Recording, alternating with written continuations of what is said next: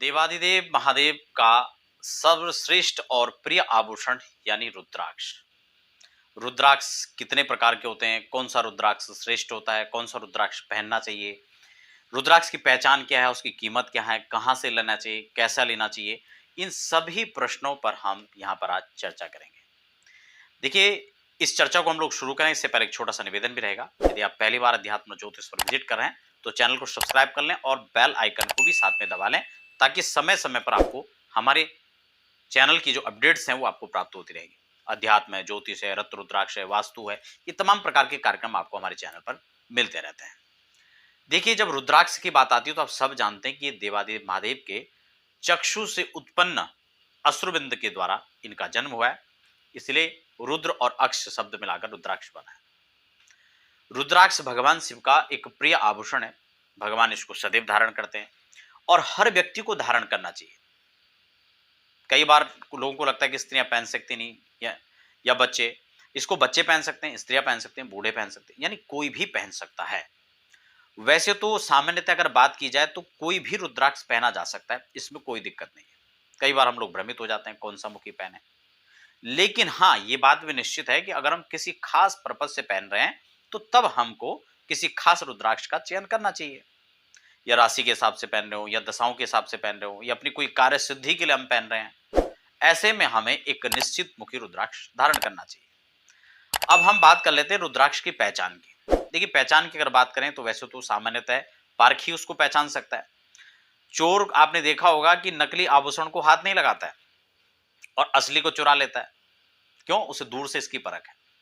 ऐसे इसकी पारखी की बात की जाए तो कि संत, महापुरुष, ब्राह्मण वो इनकी पहचान रखते हैं, तो आप उनके सानिध्य में रहकर इन चीजों को परचेस कर सकते हैं।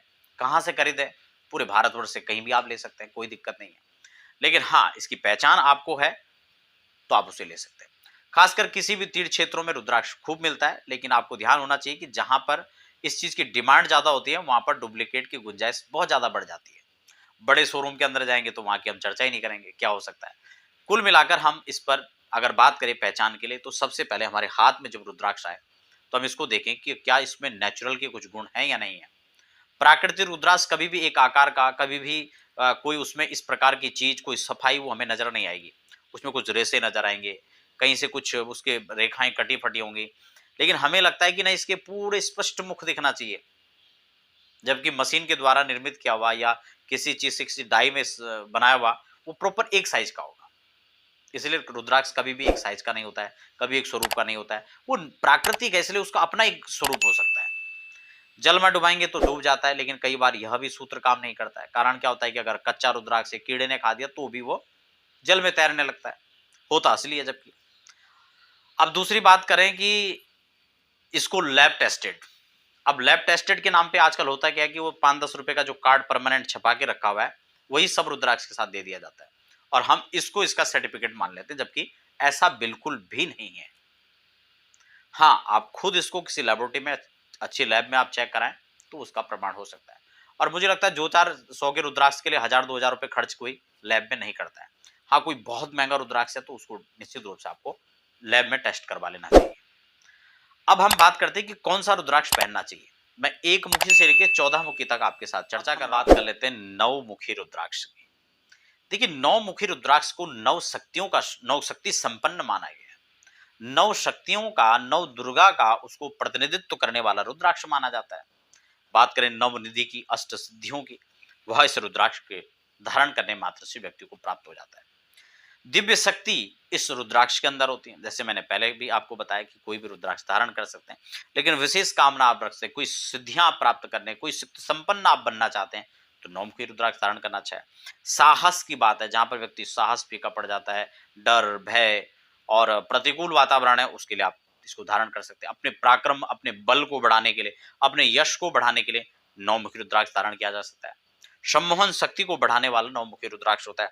इसके साथ ही साथ आपने देखा होगा पारिवारिक मतभेद है, चाहे वो पुत्र, पिता पुत्र के बीच में हो, पति पत्नी के बीच में हो, भाई बहनों के बीच में हो, तो उस मतभेद को दूर करने के लिए भी यह रुद्राक्ष बहुत ही श्रेष्ठतम माना जाता है। कब पहन सकते हैं, कौन पहन सकते हैं, फिर से आपको बता दो, कोई भी पहन सकते हैं। और इसके लिए इन बातों पर अगर आपको लगता है कि हमें जोर देना है, इन बातों के लिए, इन इच्छा पूर्ति के लिए आपको पहनना चाहते हैं, तो आप पहन सकते हैं। दूसरा, कब पहने? आप श्रावण में पहनते हैं तो बहुत अच्छा है और श्रावण शुक्ल में भी पहनते हैं तो बहुत अच्छा है। उसके अलावा आप 12 महीनों में से कभी भी पहने, लेकिन शुक्ल पक्ष के सोमवार को बहुत सुंदर इसको कहा जा सकता है। प्रदोष का समय हो तो बहुत अच्छा है।